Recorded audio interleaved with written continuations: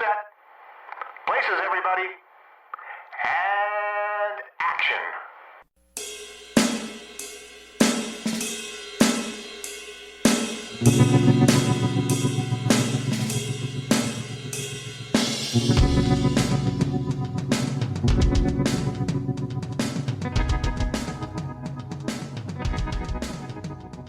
It's time once again for the Hooked on Movies podcast. Today, we're going to be looking at the sequel to Happy Gilmore. Happy Gilmore 2, of course. And with us, our Ted. I guess, Eric, I need to update my happy place to something a little more age appropriate. And Ken. Shooter. And I'm, of course, Eric. Ted, you look like Freddy Krueger worked at a Starbucks. Yeah, that's about accurate. It's the nicest thing I've ever said about you. Yeah, of course, we are talking about the sequel, Happy Gilmore 2. Oh, well, let's see. Where, of course, can you find us on the web if you're listening to us now? We thank you. We're all over the place. Podcast, we're all over the place. So. We are. We're all over the place. We have no focus at all. And if you're listening to us, you probably have no focus at all. But thank you, of course, for listening. And, of course, we're on Twitter and Facebook. This is a new movie, so I think we all know the first time we saw it, it was on Netflix. Am I right? Yeah, pretty much. One of the few movies. We don't do a lot of new movies. This is a rare one for us. Maybe we'll be going into more of the new movie realm. But yeah, this one was on Netflix, so that's where you kind of have to watch it. Awesome. That's the only way you can watch it. It's the only way you can watch it. That's right. For now. I mean, eventually I would imagine it would come out on like Blu-ray and stuff I'm like sure that it will. It'll most likely. Are you sure? Why wouldn't it? None of the Netflix stuff, movies. you never know. Yeah, none of the Netflix movies have come out on Blu-ray. I don't know. Good point. Most of the times they don't deserve to be released on Blu-ray. Well, so that's And this one never was in the theater, right? This is straight to Netflix. No, it never went to theaters. Yeah. Doesn't make sense, but okay. Well, that's probably the contractual agreement that he has with Netflix. Adam Sandler's lifetime agreement. Yeah, he sold his soul to Netflix. Hey man, you do what you got to do. So well, yeah, if they're going to pay you, what did they pay him? Like $150 million or some shit? $1 billion. Well, Ted, why don't you just roll into the particulars on this one? Oh boy, get ready, boys. All right, get comfortable, everyone. Strap in. You can strap on whatever you want. Happy Gilmore 2 is directed by Kyle Newacek. It was a screenplay by Tim Herlihy and Adam Sandler. It was scored musically by Rupert Gregson Williams, whoever the hell that is, and it has a running time of 118 minutes. It was released July 25th, 2025. It had a budget of $152.5 million. Now, for the box office, there is really no box office like we just discussed, but it received 47 million views in its opening weekend, the most of any Netflix film. It had a critic score of 63% and an audience score of 65%, and an IMDb rating of 6.1, so it's all right in line with each other. Happy Gilmore 2. Stars. Go get something in the fridge if you need to at this time. Exactly, because buckle up, Buttercup. Adam Sandler stars as Happy Gilmore. And Julie Bowen stars as Virginia Gilmore, or Virginia Bennett, his wife from the first movie. Christopher McDonald returns as Shooter McGavin. Shooter. Benny Safdie as Frank Manatee, the CEO of Maxi Energy Drinks. Benito Antonio Martinez Ocasio, or a.k.a. Bad Bunny, as Oscar Mejias, Happy's caddy. John Daly, as a fictionalized version of himself, a hermit who lives in Happy's garage. Ben Stiller returns as Hal L. Jackie Sandler as Monica, Vienna's dance teacher. Sadie Sandler as Charlotte, a member of Hal's support group. Sonny Sandler as Vienna Gilmore, Happy's youngest child. Maxwell Jacob Freeman, or MJF from AEW, as Gordy Gilmore. Ethan Kudkowski as Wayne Gilmore, Philip Fine Schneider as Bobby Gilmore, Connor Sherry as Terry Gilmore. Dennis Dugan returns as Doug Thompson, the commissioner of the Professional Golf Tour. Kevin Nealon returns as Gary Potter, the eccentric sports commentator. Haley Joel Osment as Billy Jenkins. Lavelle Crawford as Slim Peterson, the son of Happy's late mentor Chubbs. Bryson DeChambeau, Brooks Koepka, Rory McIlroy, and Scotty Scheffler as fictionalized versions of themselves, members of the team representing the traditional golf tour. Will Zalatoris as a fictionalized version of himself, depicted as Happy's previously unnamed former caddy from the first movie. Eminem stars as Donald Floyd, the son of the late heckler Donald Sr., known as Jackass Guy. Marcelo Hernandez as Esteban, Oscar's cousin. Travis Kelce as Oscar's abusive boss at the club restaurant. Oliver Hudson as Harley, a Maxi Golf Team member. Fernando Marrero as Screech, a Maxi Golf Team member. Reggie Bush as 8-Ball, a Maxi Golf Team member. Becky Lynch as Flex, a Maxi Golf Team member. Boban Marinovic as Drago Larson, the son of Happy's late boss, Mr. Larson. Judy Sandler as Mrs. Larson. Rosie McDonald as Sheila. I never saw Rosie McDonald in this movie, but okay. Nick Swanson as Ben Daggett. Blake Clark as the homeless man living on the beach. Now for the cameos and returning characters. Steve Buscemi portrays the Gilmore's neighbor, Pat. Kim Whitley plays a support group member, Bessie. John Farley appears as Nate, and yes, he is related to Chris. Eric Andre, Martin Herlihy, and Margaret Qualley appear as Steiner, Fitzy, and Sally, the trio of young golfers whom Happy joins. Austin Post, or Post, aka Post Malone, portrays DJ Omar Cash. Scott Mescudi, or Kid Cudi, plays an FBI agent. Kelsey Plum, the NBA player, and musician Andrew Watt play the golf course receptionists. Vern Lundquist reprises his role from his first film alongside Jack Giraputo as Jack Beard. Robert Smigel reprises his role as the IRS agent, now working as a lawyer. John Lovitz plays the dapper man at the driving range. Unfortunately, Rob Schneider appears as a dwarf riding a tricycle in Happy's imagination. Dan Patrick plays Pat Daniels. Jonathan Longren plays the orderly who releases Shooter from the mental facility. Stephen A. Smith, Chris Berman, and Jim Gray are all sportscasters. Alex Earl is an influencer, whatever that is. Cameron, yeah, he's in there too, I guess, somewhere. Ken Jennings, of course, appears as the Jeopardy host. Sean Evans is an interview. Andrew Santino and Bobby Lee are comedy podcasters. And then the other unfortunate Guy Fieri appears as the leader of the Maxi whatever. The two goons backing up the 1950s mob boss in Frank's black and white flashback are Chris Chelios and Sean Avery. Paige Spiranek is an LPGA player. She plays the employee at Dick's Sporting Goods.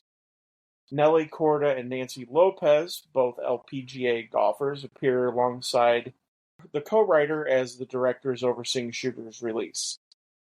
And then the professional golfers who appear in the movie: Keegan Bradley, Fred Couples, Nick Faldo, Tony Finau, Ricky Fowler, Jim Furyk, Sergio Garcia, Charlie Hull, Hunter Mahan, Colin Morikawa, Jack Nicklaus, Corey Pavin, Xander Schauffele, Jordan Spieth, Justin Thomas, Lee Trevino, and Bubba Watson.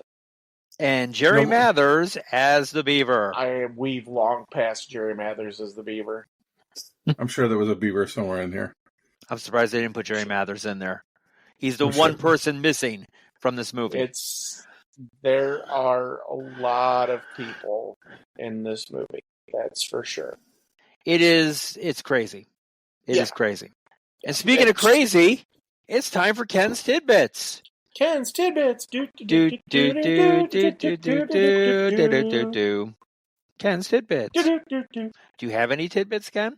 We have a few, not a lot, just because this movie hasn't been out for very long, so there's not a lot of stuff. I got a tidbit. Go for it.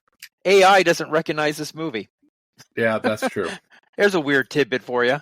AI still thinks that this movie's in production.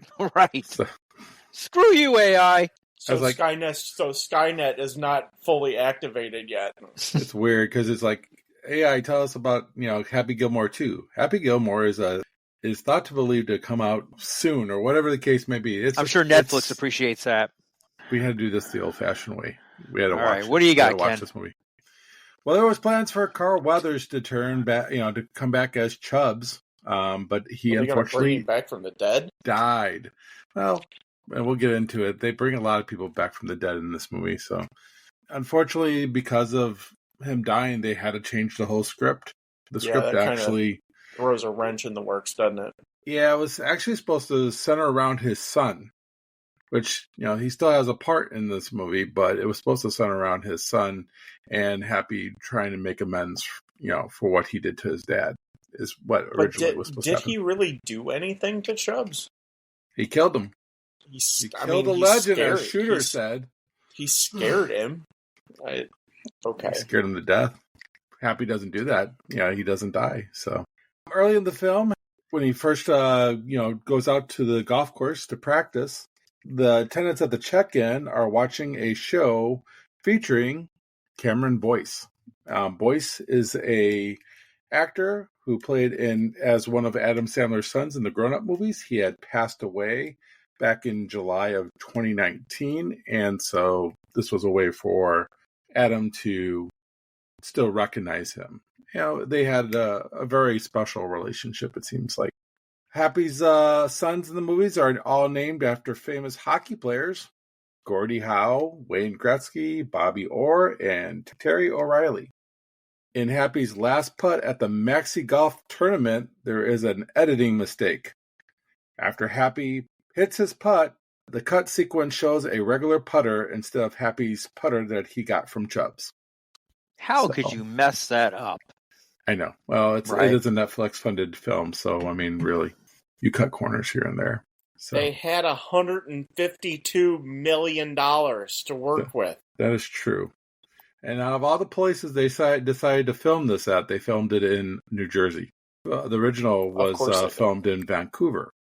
I always like Buscemi. He's like, whenever we do a film with him, it's always like someplace like New Jersey. If I'm not in the film, they go to Hawaii, kind of like in some African country, with Drew Barrymore. He's like, I'm never in those films. That's all I really have for Ken's Tidbits. Everything else will probably come out during the review of this movie.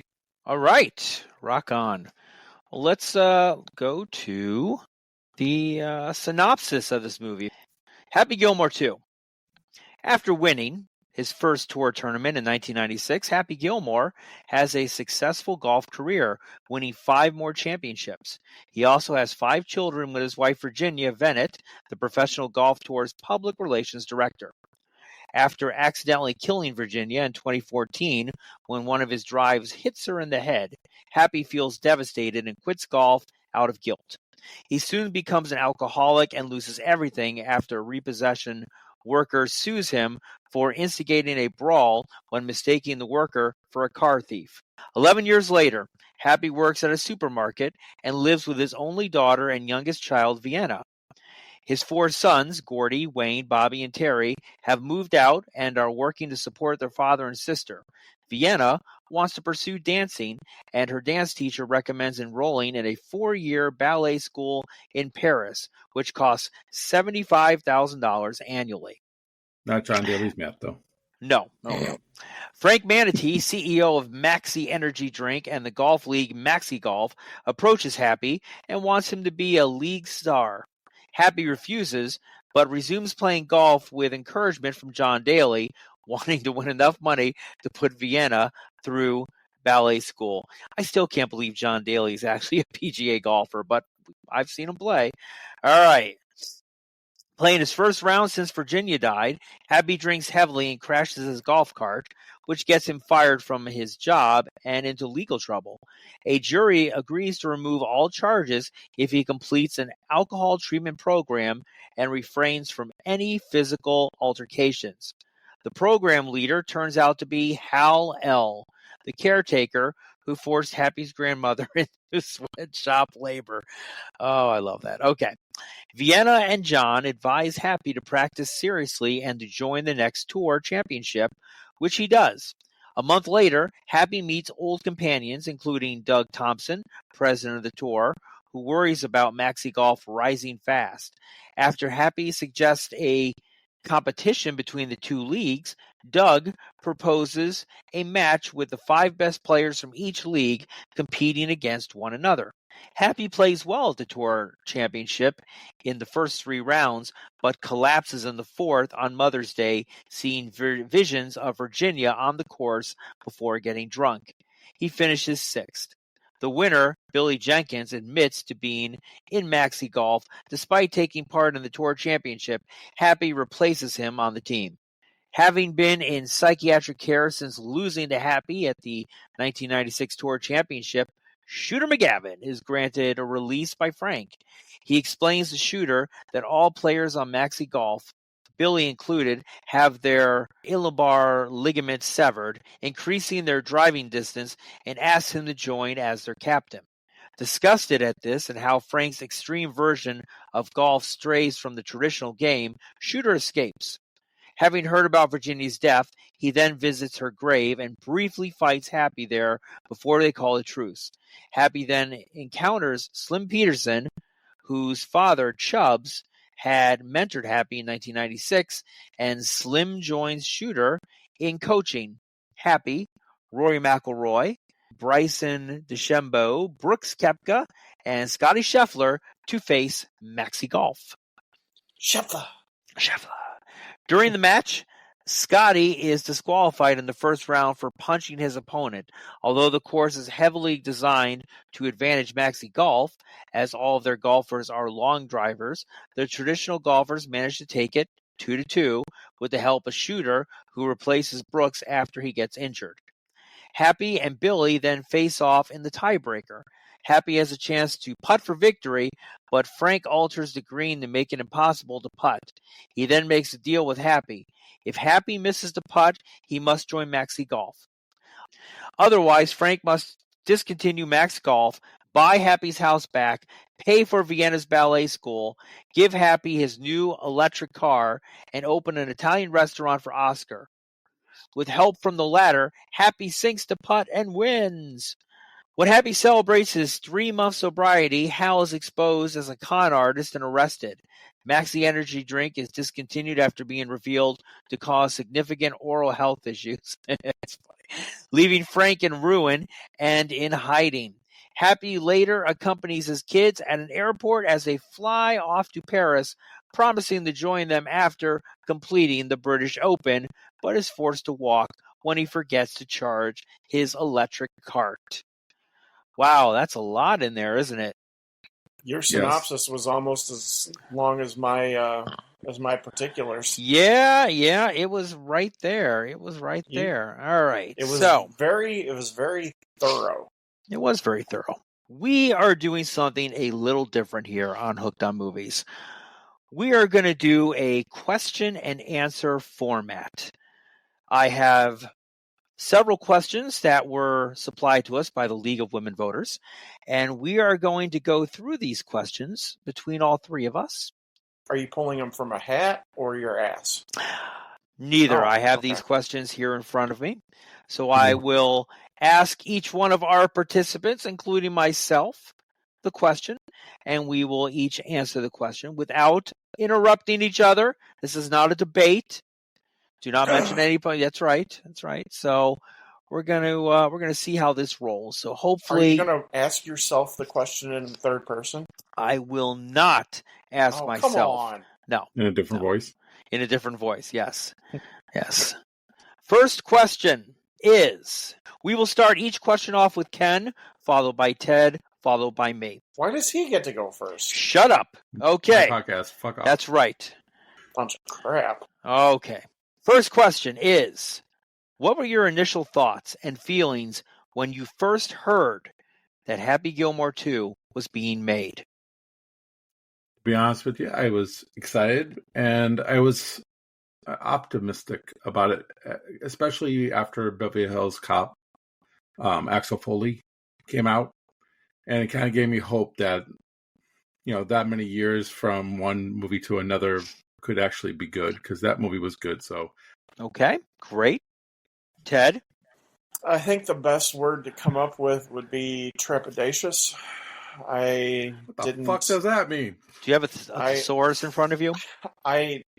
Strategery. I was excited initially, and then when I heard it was a Netflix-only production, based off of Adam's Netflix production, I was very wary of it.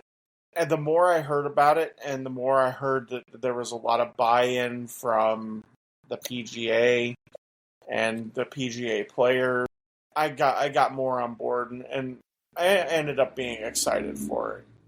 But yeah, okay. I started out very wary of it.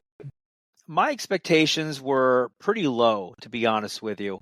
Ken, you made a very good point there about the Beverly Hills Cop sequel being done by Netflix, because some of the other Beverly Hills Cop sequels really sucked.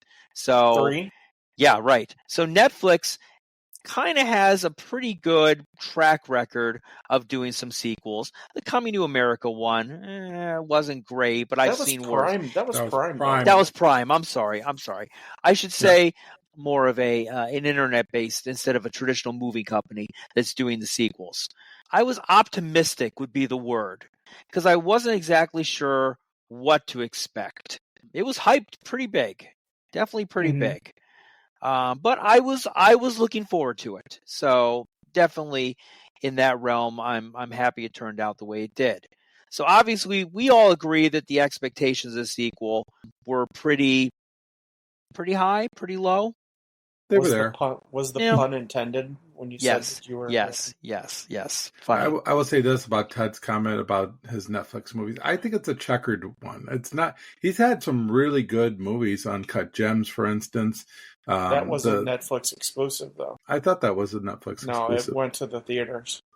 Okay. Well, then there's also the murder mystery movies that he's been doing with Jennifer Aniston. Those have been pretty good. Marginal at best. See, I thought Uncut Gems was Netflix only because he has an exclusive contract with them too. I didn't remember that one in the theater, but okay.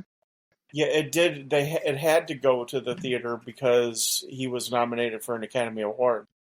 Oh, so it's like a week in the theater? Okay. No, it ended up having an extended run in the theater. God, who would have thought Adam Sandler would be nominated for an Academy Award? Well, wasn't he nominated for Punch Drunk Love a long time ago? Yeah, no, he was, yes. I mean, obviously two dramatic roles, but never in your wildest dreams would you ever consider that. Yeah. No, definitely. It's kind of like Robin Williams. Oh. Who knew that he would have been that good of a really good actor? Next question. Were there callbacks or references to the film that you found particularly clever or effective? Do you want to defer to Ted? Ted, you're on the clock. First to me? Oh, thanks. Yeah, there's some things that work here. I like the fact that he has to rediscover his swing. It doesn't immediately work like it did the first time. Yep. The one thing that really doesn't work for me is Chubbs' son. It doesn't really equal for me. Actually, what I really like is how he discovers his new caddy. In the first movie, he pulls him just from the crowd. Right. But I love how he discovers his caddy here. And of course, I love seeing Lee Trevino pop back up and he does his thing. Yeah, no, there's some things that really do work here.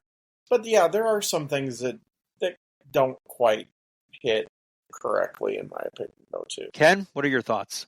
I think he sometimes goes to the well one too many times with his old stuff. Especially with the caddy, the original caddy is that turns into a golfer and stuff like that, and the choke out scene, that golfer decides to choke out his caddy, and for me it's just okay, that's a little too trying to be too nostalgic. And I think this movie relies way too much on that at times. I agree with Ted a lot about Chubbs' son. I would have just not even bothered with even having that. Once Carl Weathers died, there's just no reason to have him there, and to have him have a prosthetic arm too, just because he had to reach into a candy bar machine, that took his arm. That is actually kind of fun. I think it's kind of just dumb and stupid, to be honest with you. He should have been just a new character. Yeah, I mean, if you're going to do that, like maybe do the leg or something. I mean, have, not the, and then of course he breaks the hand of his, it's, those are the things where I'm like, okay, that's just not being creative. It's just, rehashing. And those are the problems I have with this movie, is when they rehash. I have some other problems. I couldn't agree with you more. I could not agree with either one of you more. I think they definitely, this movie stands alone on itself. You could watch the movie, not have to see the original, and enjoy it. It helps to see the original because you tie a lot of things together. So yeah, they do go to the well way too many times on this one. But I think we all are in agreement that Chubb's son is a character that doesn't work, not funny, and I agree. He doesn't even need to be there.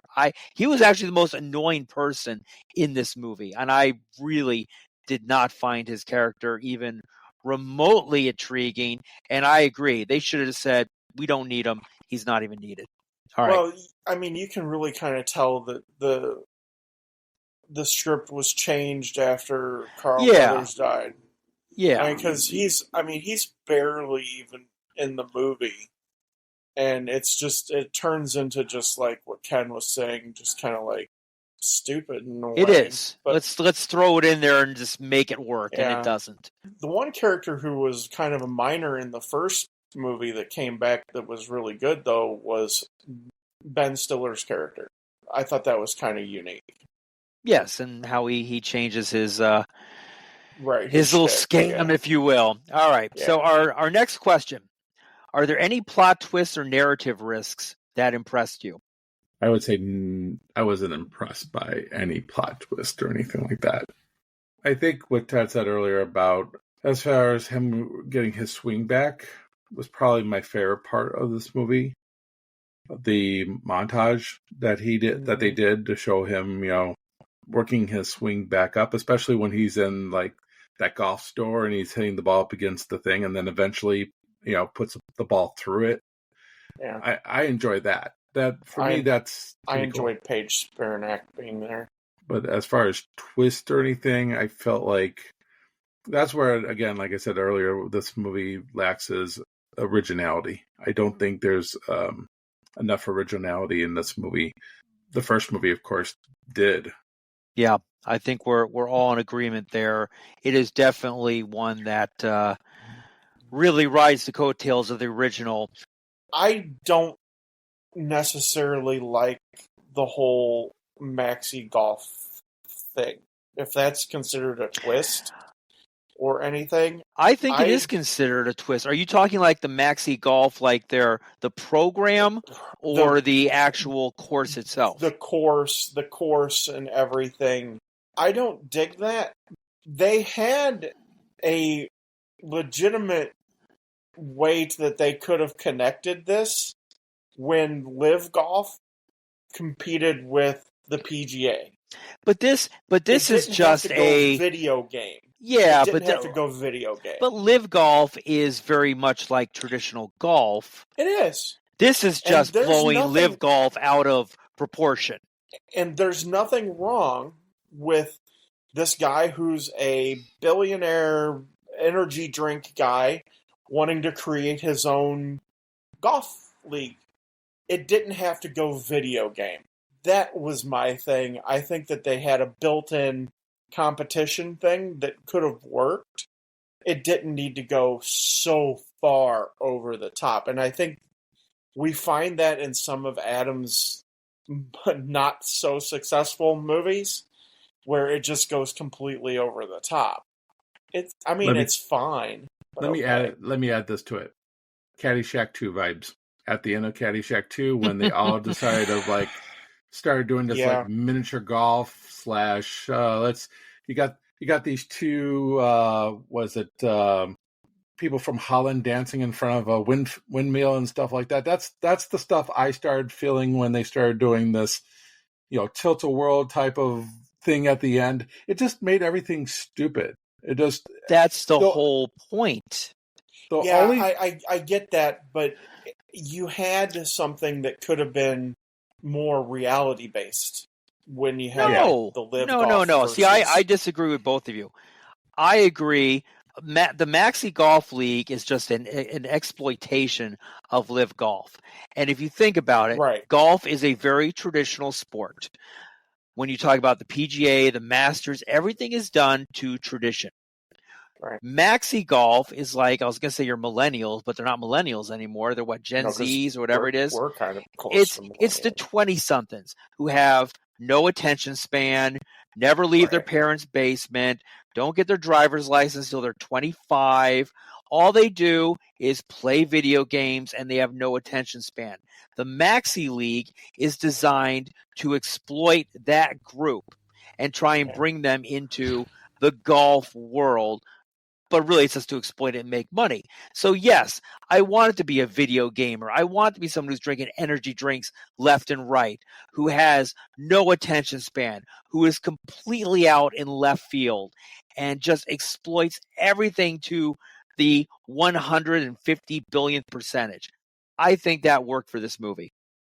I think where the problem is the fact that you have to have them be cheaters. Though, in order for this to work, they have to have a special surgery to be able to hit the ball the way they want to do it. And it kind of defeats the whole idea of what this game was. Anyway, it's supposed to be a shorter game. It just takes away from that. It makes, so if they're trying to compare this to live golf, I mean, by saying live golf as a bunch of cheaters or something like that, that doesn't make any sense. But live golf is also traditional golf. They just do a little bit more flamboyant, with the character names and the teams, but it's still traditional golf. And I think if you did it that way, I think that might have been a little bit more real, though, than giving them a fake surgery that makes them hit the ball longer. I mean, if you think about it, live golf actually stole some of the PGA golfers to try and make it more legitimate. And that's what I'm. And that's saying. That's kind of what I'm getting at. Maybe have some of the live golfers show up as the maxi golf people, and then that would have been fun. Two of the five of the quote unquote traditional golfers were live golf players in Brooks Koepka and Bryson DeChambeau. Yeah. And so it's kind of like, okay, you guys are sticking up for the traditional golf, but when given the opportunity, you decided to take the Saudis' blood money. Right. Yeah, but live golf is like, the USFL or the XFL. I shouldn't say the XFL. It is. It's just a competing league to the PGA. Maxi Golf doesn't want anything related to the PGA. They want to be the complete outsider. That's the whole point of it. They want to bury traditional. They want to bury traditional golf and do this completely flamboyant, way out in left field kind of thing. They succeeded. So I want to go back because I feel like I didn't answer the question, because there's two things I want to say here. One, I'm sorry, Ken, your time is up. No, I'm just kidding. One thing that doesn't work for me, and one thing that does work for me as far as a plot, like twist or anything. The one that doesn't work for me the most here is Happy Gilmore's wife dying. It's stupid. Mm-hmm. It doesn't need to happen. The reason why it works in the first movie with his dad dying is because we are not invested in his character. Okay, we're just not really invested, and most of us don't like the fact that Chubbs died in the first movie either. Felt that was unnecessary. I didn't like the way he died either.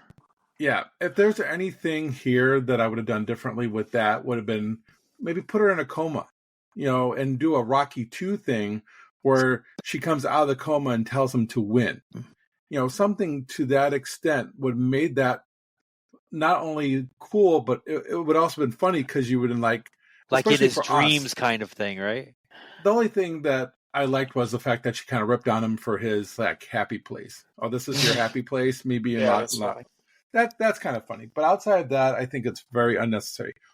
The plot twist that really works though for me in this movie is Shooter. Is the redemption story of Shooter. I was gonna say that after you were done. Well played.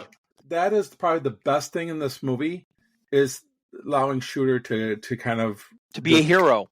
He's probably my favorite character in the movie. In fact, he goes from villain to hero. Yeah. I would actually rather have seen Shooter win it all at the end. Like he's the one putting at the end. You and I discussed that after we watched it the first time. It's Happy Gilmore 3. And him saying Shooter. You know, just to end it, he's like, Shooter, and everybody goes crazy. Right. It just fits better as a redemption story. And especially when your point is that you're going to make this character into somebody that is now beloved. I mean, we all hated Shooter, but we love Shooter. Let's be honest. Right. He's the perfect bad guy. He's the one you love to hate, right? So he's beautiful. Yeah. And actually, when you change a character like that, like they did in this movie, usually you don't like it, but they do it well. And I think that's because of the actor just being very likable as a person in real life. So he just comes off like that. I kind of like how he's kind of at the very beginning, he's kind of loony. He's like lost. He's like lost as marbles, and then all of a sudden he kind of gets him back after he realizes that Maxie's like crazy town. And he's like, oh, these guys are crazier than I am.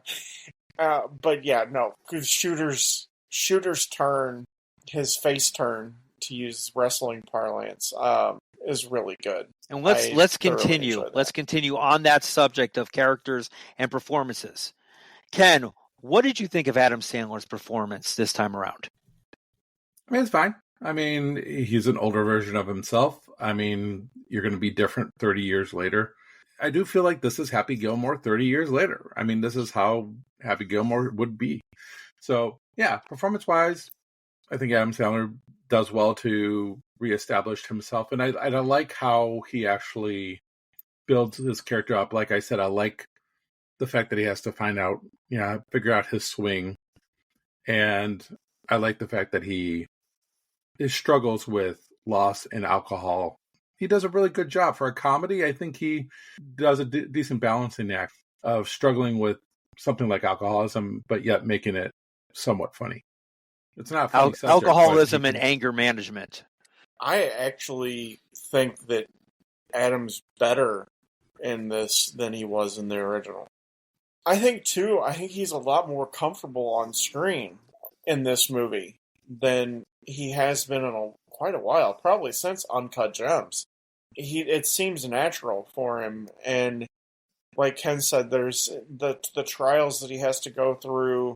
There's some emotional depth that never really existed in some of Adam's stuff.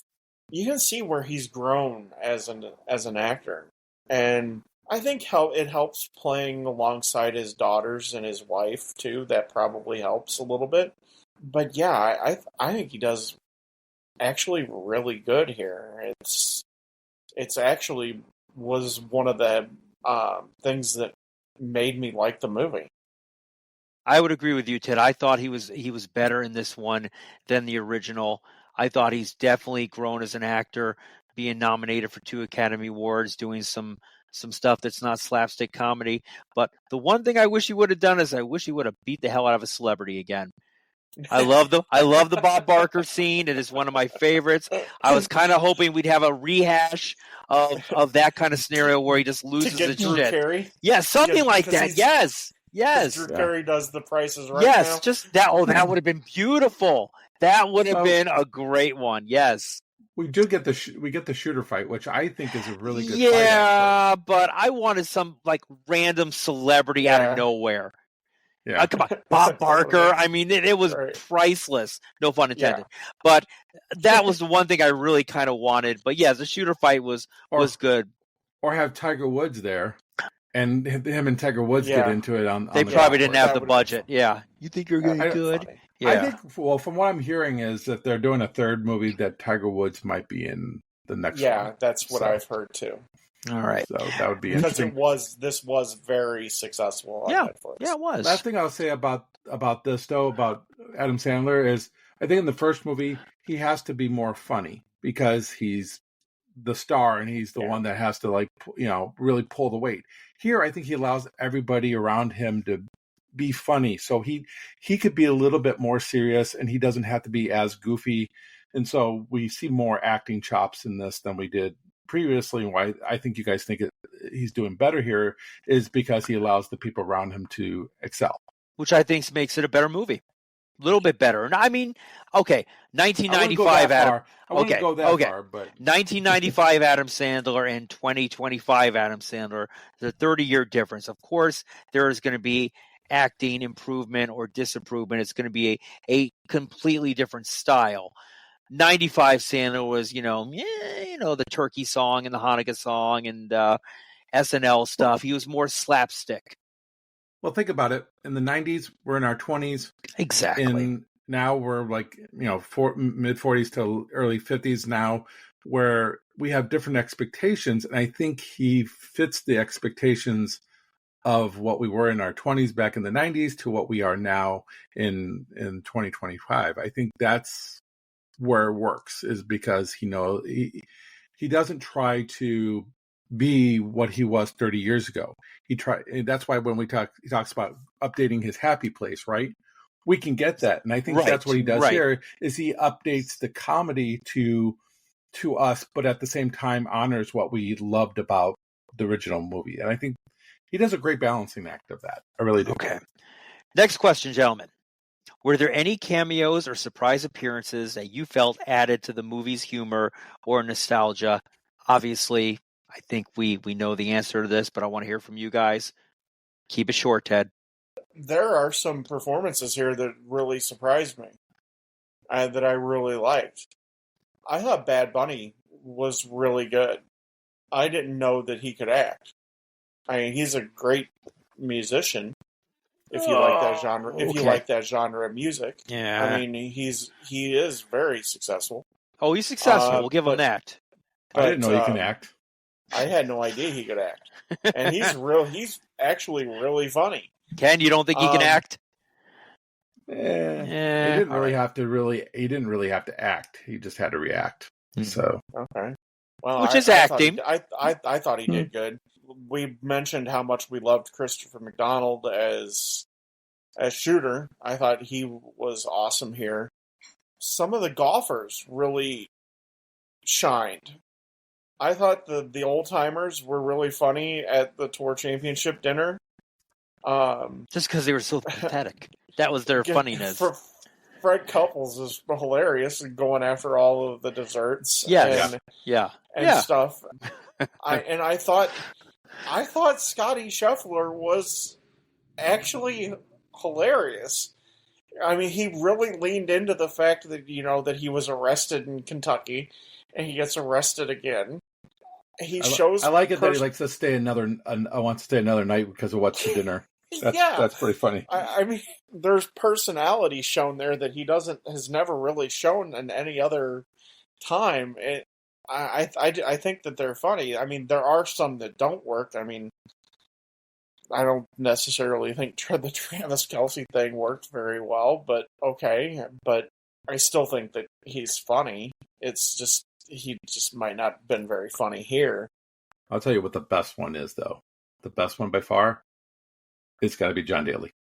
By far. Yes, of course. John Daly steals every scene that he's in. John Daly is probably one of the most charismatic, honest celebrity athletes ever.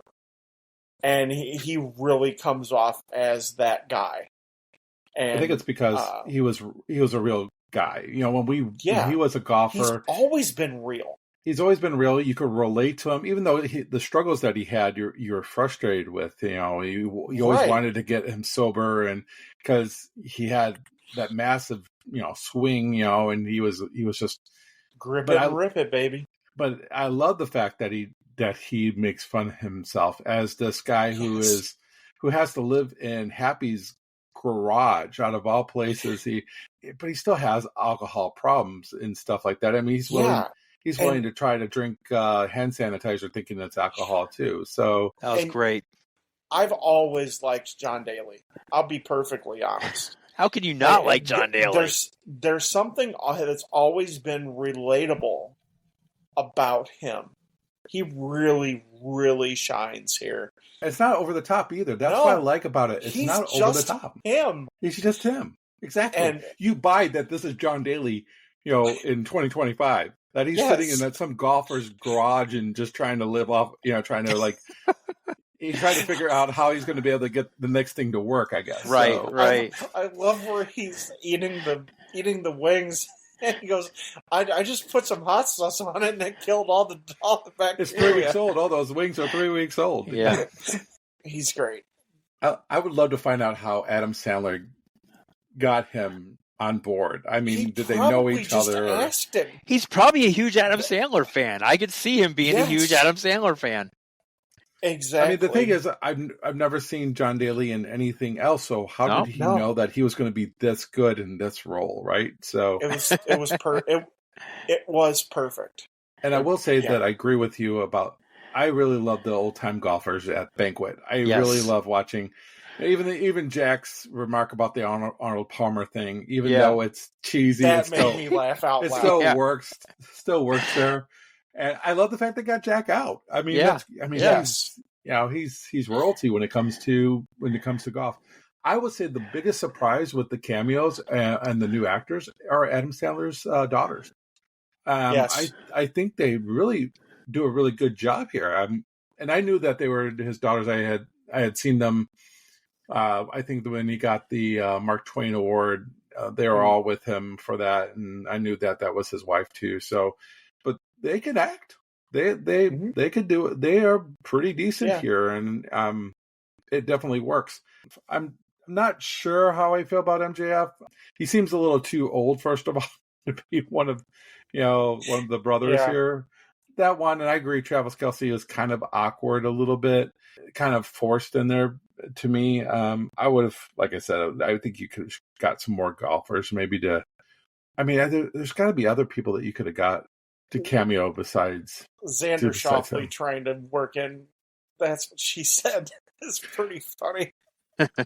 That one was kind of ridiculous. It makes me, and Travis Kelce's trying to kiss up to him, and he's like, "Oh, that's really funny, too." It's like right. There's some really good ones in there, and the ones that don't really work, like you said, like the Steve Buscemi thing didn't really work for me. No, not this time. No, it didn't really go. I also had problems with Becky Lynch. She wasn't highlighted. No. But it was kind of, Reggie Bush was kind of funny. Because he was Scotty's college roommate or something like that. And that was actually kind of funny. My biggest problem is, and I think it's, what is the name? Is it Marcelo Hernandez from Saturday Night Live? Yeah. That's just kind of unnecessary. Freaking annoying. I'm sorry. It's unnecessary. It's unnecessary. I do like where they hit him with the golf balls, though. Oh, repeatedly? Where they just keep using him as a target? Yeah, I guess. That's kind of funny. I do like it when John Lovitz is trying to hit the ball and Sandler's just keeps on hitting his ball, and then he just demolishes it. And then he falls into that little netted area. I had just watched a video recently of people who have fallen into that netted area that go like to places like Topgolf and stuff. Because when I go to those Topgolf places, I used to be scared of that. And to a certain extent, I still am. If you over swing and you lose your balance, do people do it on purpose? I don't know if people do it on purpose, but you get people that are drunk, and you got people who have never done it. Drunk people are funny. And especially. I'm sorry to pick on you ladies, but it was mostly ladies that would lose their balance. That's awesome. And fall into the net. So, and I saw one where they fell into the net, but then they fell over the net and actually fell to the ground. Oh, Jesus. So, you signed the waiver. Tough break. That's not good. I will tell you this, ladies, don't swing in high heels. No. It's not probably a good idea. Yeah. From not a golf not perspective. not on a top golf not or a driving range that has some height to it. Keep your fetishes to yourself, Ted, for now. Tomato, tit for tat. Oh, all right. Let's go on to the next question here. We're going to talk about golf. What a shock. How does this film depict the world of professional golf in the sequel? We don't see Ken? much of it. Yeah, it depicts it that that it has some real struggles. With Live Golf, the PGA when Live Golf showed up didn't handle it very well. Oh no, they didn't. They didn't handle it at all very well. No. This movie shows a point where they didn't know what to do with something new like Maxi Golf as well, Which would have made it they done the Live versus regular golf thing, it would have been a little bit more enticing, in my opinion. In this movie?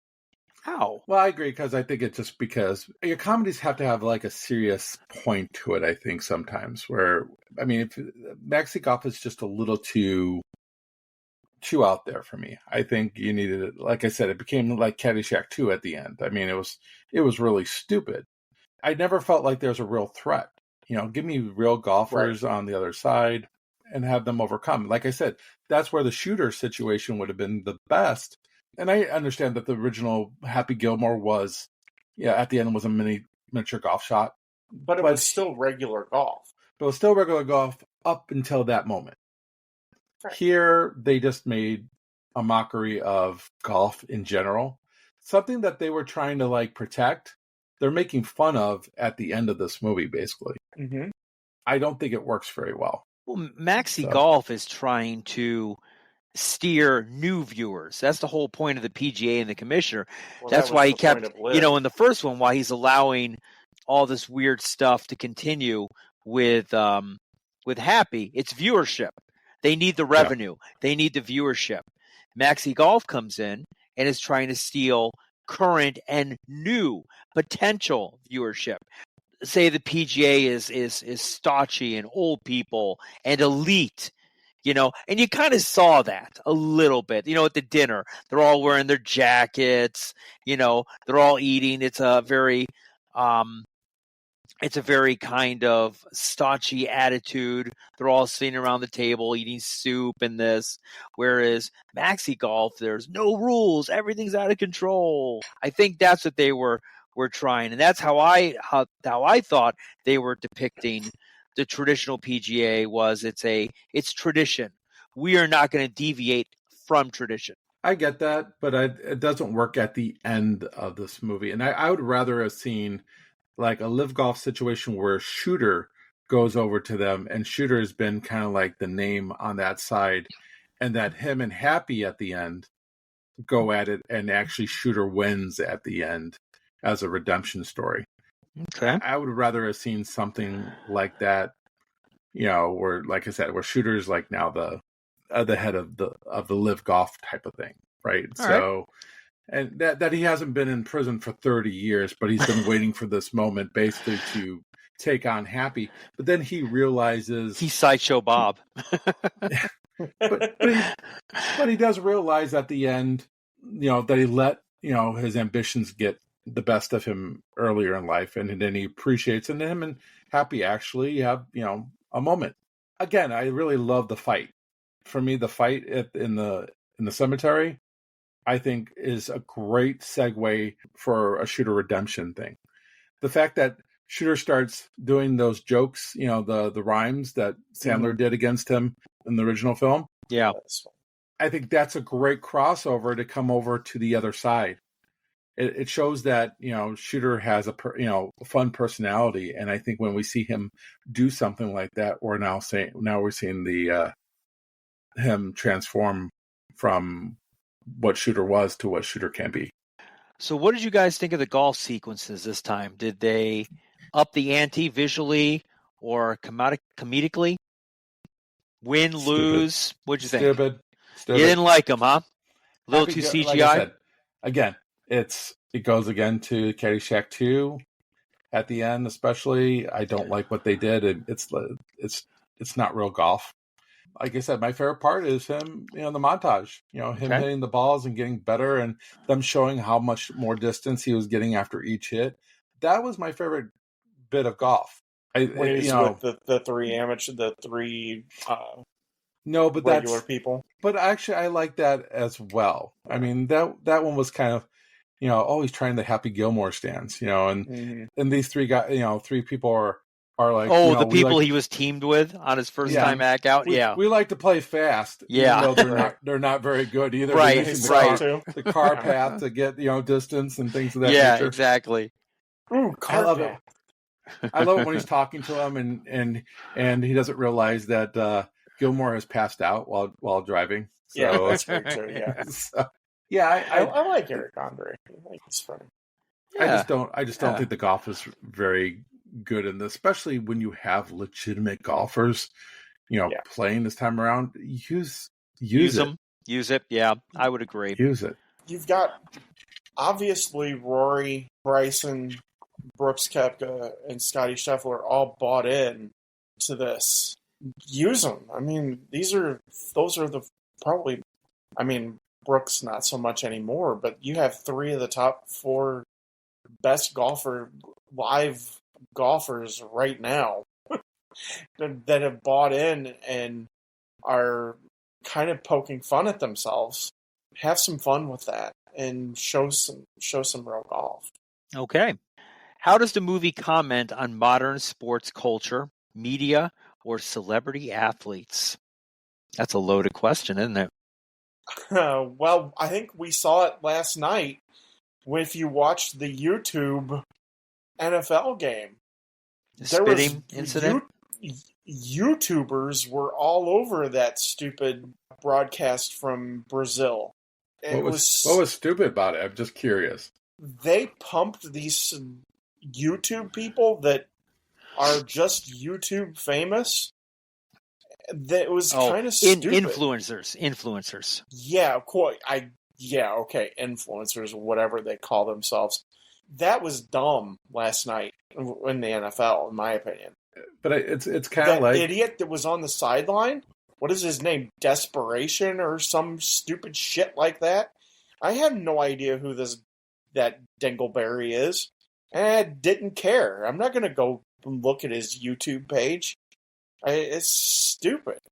Yeah, but that guy might have 2 million followers. And that's the whole point of putting... I'm just saying, that's the whole point of putting an NFL game on YouTube and then trying to mesh the influencers and the YouTubers into the society of NFL.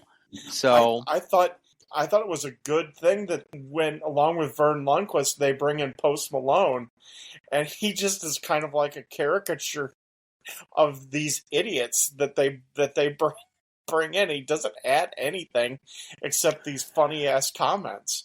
What is it with fucking face tattoos? Seriously, I don't know. I don't go back to fucking jail. I don't want to see you.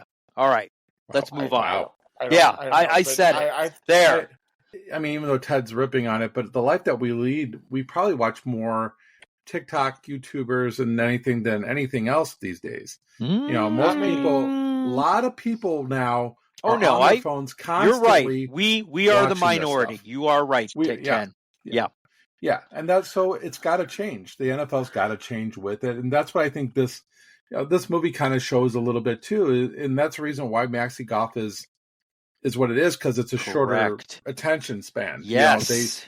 I don't watch golf all weekend long. I would be bored shitless to watch 4 rounds of golf. I mean, I can't even watch a whole round of golf on a Sunday unless it's the Masters. And then that's only to watch the leaders in it. Golf, to be honest, watching golf is boring. Again, golf is awesome. Traditional. But that's But I wouldn't tune into Maxi Golf, though. You wouldn't, but the 20-somethings might. Yeah. Okay. Yeah, you're old. Sorry, Shooter. Sorry, Ted. You're old. You're not the sponsored demographic anymore. I'm old.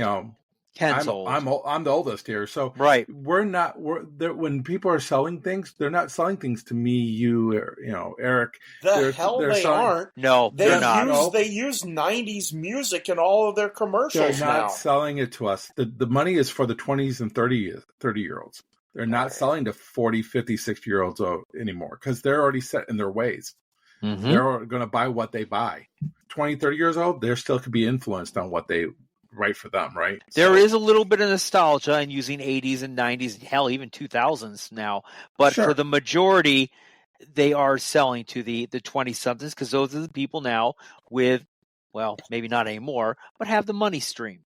Those are the people that, buy all the sporting apparel, that take advantage of all the media, idolize all the celebrity athletes. Let's be honest.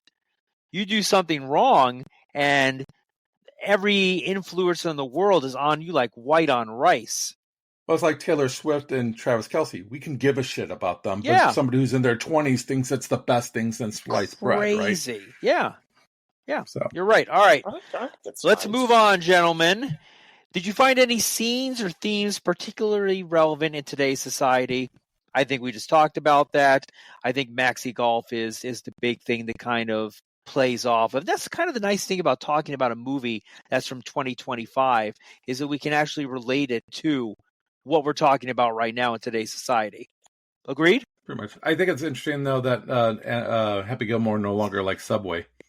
So well, that was yeah. I think Jared had something to do with that. I think And what was so. it? They didn't even know what Subway was. And they're like, what? What was that? Yeah. Yeah, right. Oh, it's funny. I like how the electric Bentley runs out of I forgot the charge. runs out of battery. Is the use of nostalgia effective, or did it feel overdone at times? I know we've kind of talked about this a little bit earlier. Yeah, a little overdone. Definitely overdone. Yeah. Definitely overdone. When it works, though, it does work extremely well. But there's a lot of hit and miss, and I think that's the thing with sometimes with comedies, especially sequels. You throw everything out there and you see what sticks. Yeah. And some of it does, and some of it doesn't. I think, just briefly, I think it works perfectly in Ken's favorite scene, and it's probably one of my favorite scenes, is the fight sequence in the graveyard. I think that works perfectly because you call back to all of the characters who have passed on. I think that's really cool. Where it doesn't work for me is the jackass's son. Yeah, I'm not a big fan of that one was over the top. It was forced a little bit. It was way too forced. I mean, him sitting and fighting against crocodiles and stuff like that, and it was really stupid. It really there was a better way to use Eminem. I think there could have been a better way to do that. Yes. Because he's he's another one that's pretty self-aware, even though he doesn't come off that way so much, and he could have done something else with it. If I was going to do anything, I would have had somebody saying jackass here and there, but not know where it's coming from, and hold that for a while, and then have a big reveal later on that it was maybe Eminem or something. It was Marshall. Yeah. For me, it just that didn't work along with Chubbs' son. Those are the two things that we really didn't need. I agree. Chubb's son, it actually was, I call it a detractor. I think it took away from it a little bit. Yeah. It was a big letdown. It was a big letdown. When his daughter hands him that thing, it says, "I think you need to see this person." I was very let down when that turned out to be the way it was. Yeah. That was a big letdown. Yeah, I agree. And obviously these nostalgic elements, they add and they detract from it that we're talking about. You can only go to the well so many times. And if you go one too many times, now it's just like over the top, right? I'll end that discussion with fuck Eminem. All right. So now let's go to our next question. What was your favorite scene or joke in Happy Gilmore 2? I think Ken has talked about this one. Because I agree with Ken that the graveyard scene is really funny and it's really good. But I think that any scene that has John Daly or Christopher McDonald in it, or where Christopher McDonald and John Daly share the screen together. Those are the funniest scenes in the movie. But you can't pinpoint one that you like? I like where Shooter comes back down dressed in Happy's clothes. I think that's hilarious.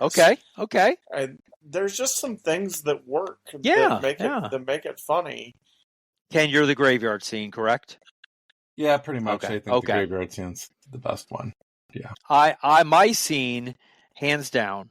I agree with you about Shooter and all those things, but if I had to pick one scene, mine is the scene where all the golf pros are sitting around the table at the dinner.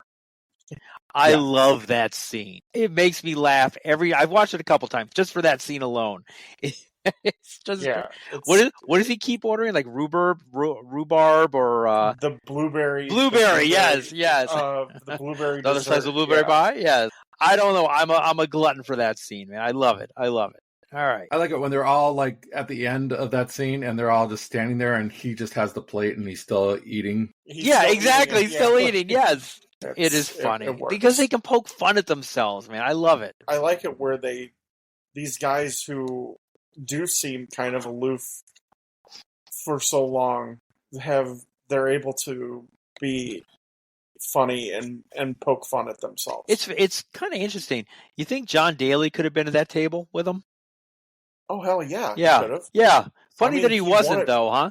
He won 3 majors. Oh no. I know. I'm not saying as a real golfer. I mean in this movie. It's probably because he kind of just let himself completely go. Better. Yeah. It works better that he doesn't. He's not one of the elites. He's not the elites anymore. It's best that he stays in Happy's garage and he does what he does there. If you bring him into that situation, it kind of it pulls him out of that element. Sure. And I think that element works perfectly for him. You know what's really interesting? The person who's not at that table that could have been Greg Norman. Shark. Having some sort of interaction between Nick Faldo and Greg Norman, considering their history at the Masters, the greatest collapse in the history of the Masters, the Shooter McGavin type of collapse, having some sort of Shooter McGavin Greg Norman interaction would have worked. Maybe Greg Norman didn't want to do it. I don't think he has that sense of humor in him. Probably not. I don't know. Out of all the golfers, Greg Norman was one of the few people that you actually got their personality that came out. That's the thing about golfers. Awesome. About golfers in general is and I think that's what this movie also shows here is that golfing is boring because the players, we don't get especially when we were growing up with golfers, flamboyant. But back when we were watching golf until Tiger showed up, nobody cared because nobody had any personality. Because Nick Faldo never let his personality show until he became a commentator. And I think that's what works now for golf is it's now we get to know these people, right. And that's where social media does kind of work for us to a certain extent. Ironically, the Netflix series about the golfers, I believe it's called Full Swing. Full Swing, yeah. Mm-hmm. Actually really catapulted the personalities big time. I'm going to say one other thing about golf that I think is somewhat overlooked, and in my opinion is something that catapulted golf more to the forefront than it was prior, and it's the evolution of 4K television.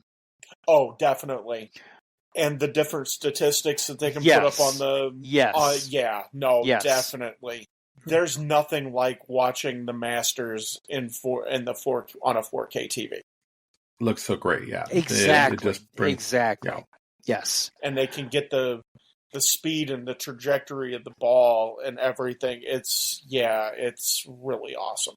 We've talked about this, but I'm going to ask your honest opinion. Do you think there is room for a third installment, or should the story end here? Ken? Got to find the right way to do it, because I think they've summed up a lot of things. They took care of the Shooter situation. How do you bring Shooter back now? Is it a Rocky III thing where, he coaches Happy Gilmore, or a Rocky IV thing where he dies on the golf course. My biggest problem is that they killed off his wife, and I don't want to see Happy fall in love again. That's the love of his life. That was one of the things I worried about in this film, was that he was going to fall in love with the dance instructor. Teacher. Yeah, that was one of too. the things that I was worried about. And so, where do you go now with a third movie? I don't think there's anything to be gained by having a third movie, to be honest with you. Would I watch it? Heck yeah. But I just don't see it. If they can get Tiger involved, I'll be on board. I don't know if maybe you can do some sort of the old timers versus the new up and comers type of a thing. I mean, I guess in a way they did that with the Maxi thing. I think that there could be a story there, but they've got to get Tiger involved. If Tiger's not involved, then we're just rehashing everything over again. I could definitely see a third one more geared towards Shooter McGavin.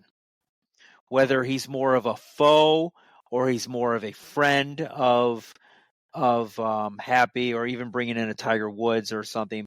But I think it has to be more centered, more influential with Shooter McGavin being in this one. If there's a third, which I'll be honest, I would not be surprised if there was a third. And hell yeah, I'd watch it. Why not? Especially if this one is successful and makes money, why wouldn't there be a third? Especially if everybody, well, think about all the cameos, all the people that were in this. If they had a good time on 2 and it made money, of course, people are going to want to be in a third one. There was a massive increase. Yeah.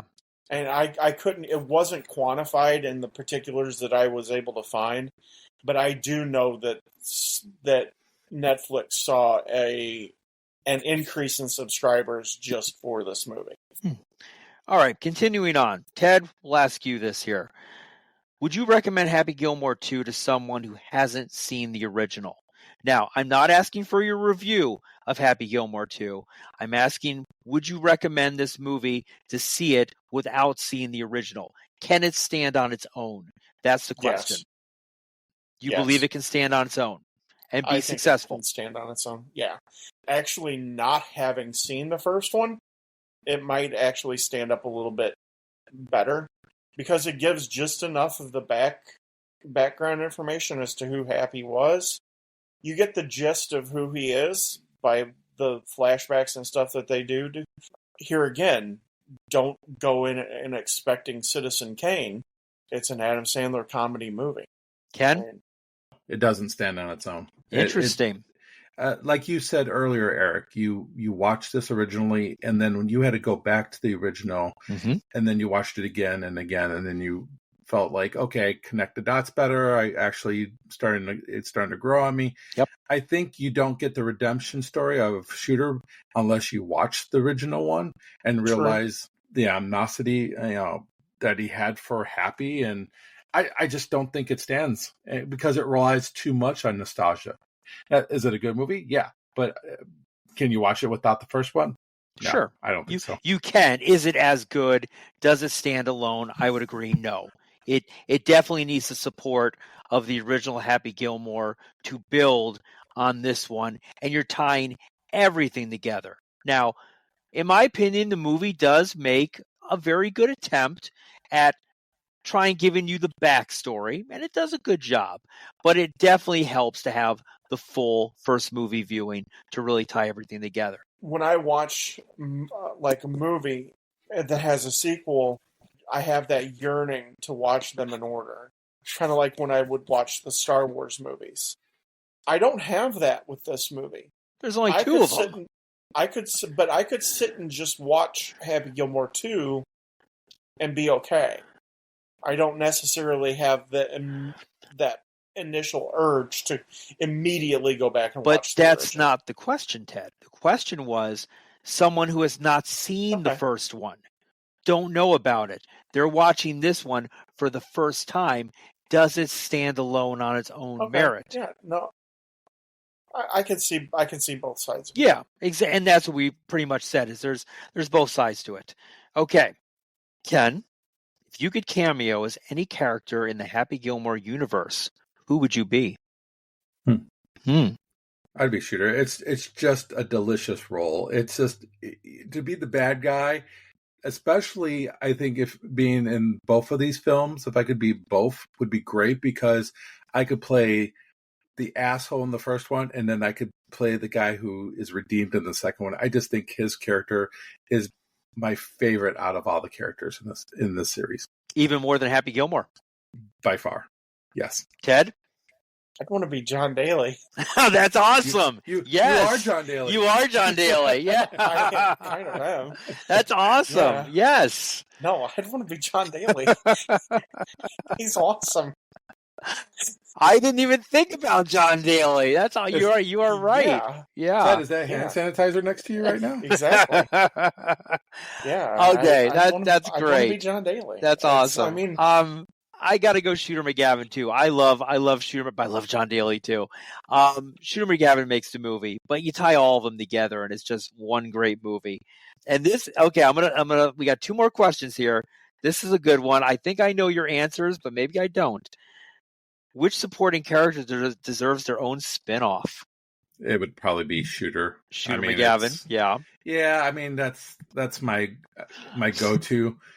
Listening to Ted talk about John Daly. I know, right? The John Daly spinoff? Yeah. It would be kind of fun. Scheffler might be, based on, what he does in this movie could be a funny little... Exactly. Yeah. Yeah. Like if we did a life story about him, that might be actually kind of funny and exactly. interesting. Yes. Yeah, it of course, it has to be Shooter. I think a movie where he finally gets the gold jacket, I think that would complete the overall arc of everything, and then he gets to celebrate with Happy and everybody else who's won the gold jacket. Yeah.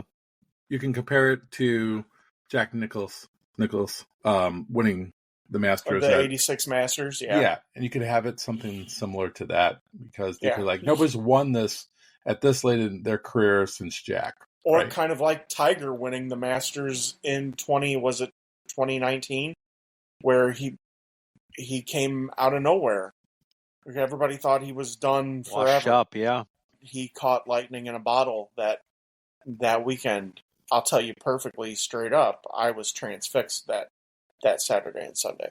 Maybe that's the Happy Gilmore 3 movie, is him getting exception to go back to the Masters because he helped beat Maxey, golf, and Kill him he off. gets his chance.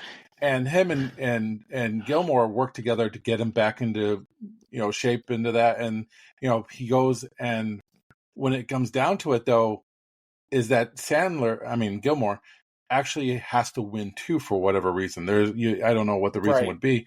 And so they have to go up against each other at the end. The feelings come back up, and Shooter's getting a little frustrated again. So you go back to the Shooter a little bit from one, but not completely. But at the end of the day, I still think I would love the Shooter to win and go off into the sunset. And then how about putting him on the seniors tour? No, they're getting up there. Yeah, it's got to be one more at the Green Jacket because that's prize. what it's all about. Yeah, I mean it's really it's the gold jacket here, but yeah. Isn't the Green Jacket trademarked? It probably is. Yes, it is. Yeah. Oh, yeah. they protect that shit. Now, like they can't take those jackets off Augusta grounds. Yeah. The weird thing about that is Happy's jackets are in the trunk of his car. Right, so right. He doesn't really care too much about these jackets, does he? Kind of like the big checks he gets. All right, last question, then we'll go into our reviews here. What would Happy Gilmore's social media presence look like in 2025? Because if you think about the movie here, they didn't talk anything about Instagram, YouTube, anything social media was not even mentioned in this movie at all, which I thought was kind of odd.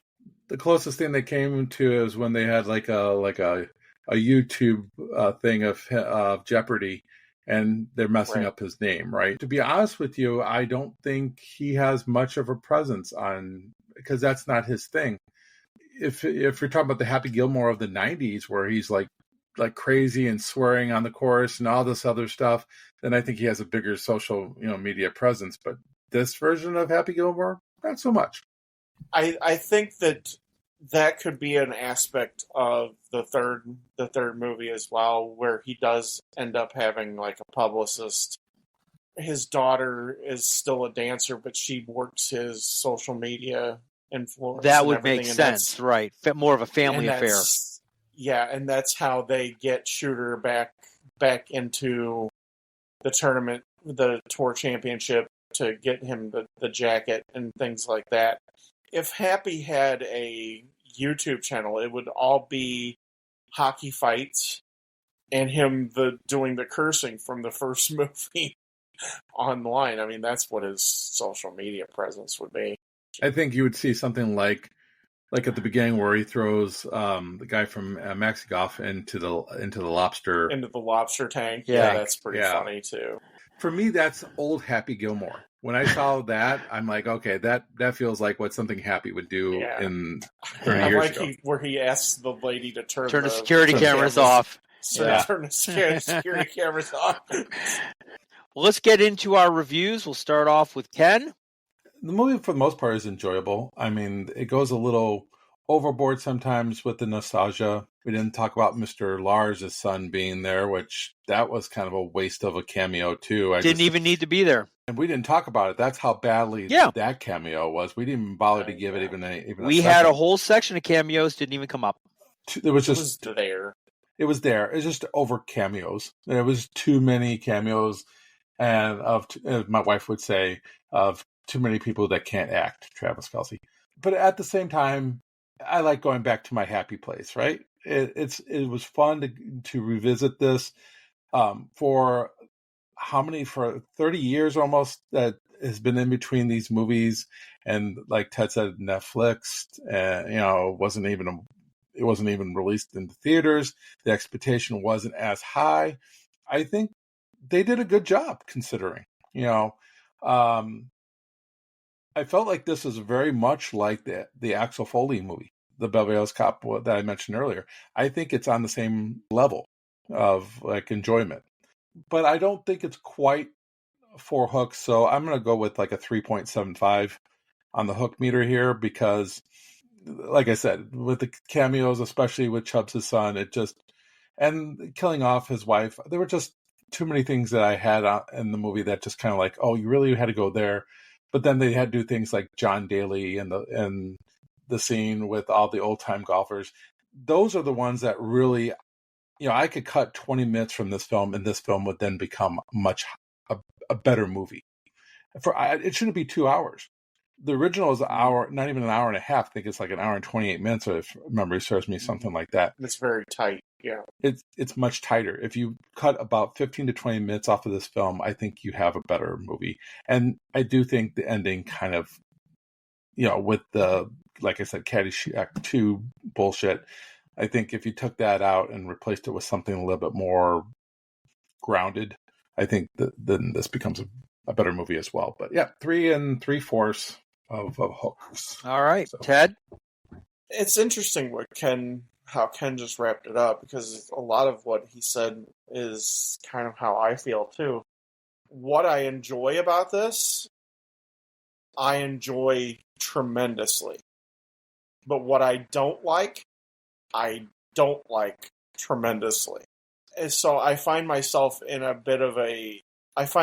caught in a little bit of a conundrum as far as to exactly where to place this. I've been thinking about this for a few days now, trying to figure out how many hooks I would give this movie. Because I adore like almost 75-80% of this movie. And will I sit and watch it again? Yeah, I probably will. Because there's a lot to have fun with, and it's a comedy, and it's still funny in a lot of places, and it provides me a laugh. It does what it's supposed to do. I think 3.75 is exactly where I'd go. But instead of hooks, I'd give it 3.75 John Daly's.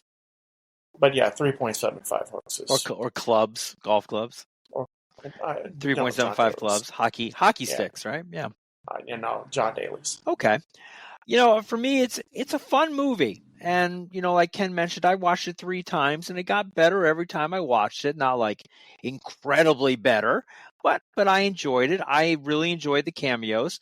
There were a lot of things in here that detracted from this movie. Some of the cameos, some of the characters really were not needed and just kind of took away from it. But overall, it's a good watch, and I really do think you should watch the original if you've not seen this movie. I think it's going to tie it together much better, make it more clear, and probably more enjoyable. Not quite 3.75 hooks, clubs, John Daly's, whatever you want to call it. 3.5 for me. Solid movie. Go ahead and watch it. I think you'll like. Okay. That is all the time we have for this episode of Hooked on Movies, the podcast. And as always, I love the smell of napalm in the morning. Don't you? See you at the movies. See you next time on Hooked on Movies. Shooter!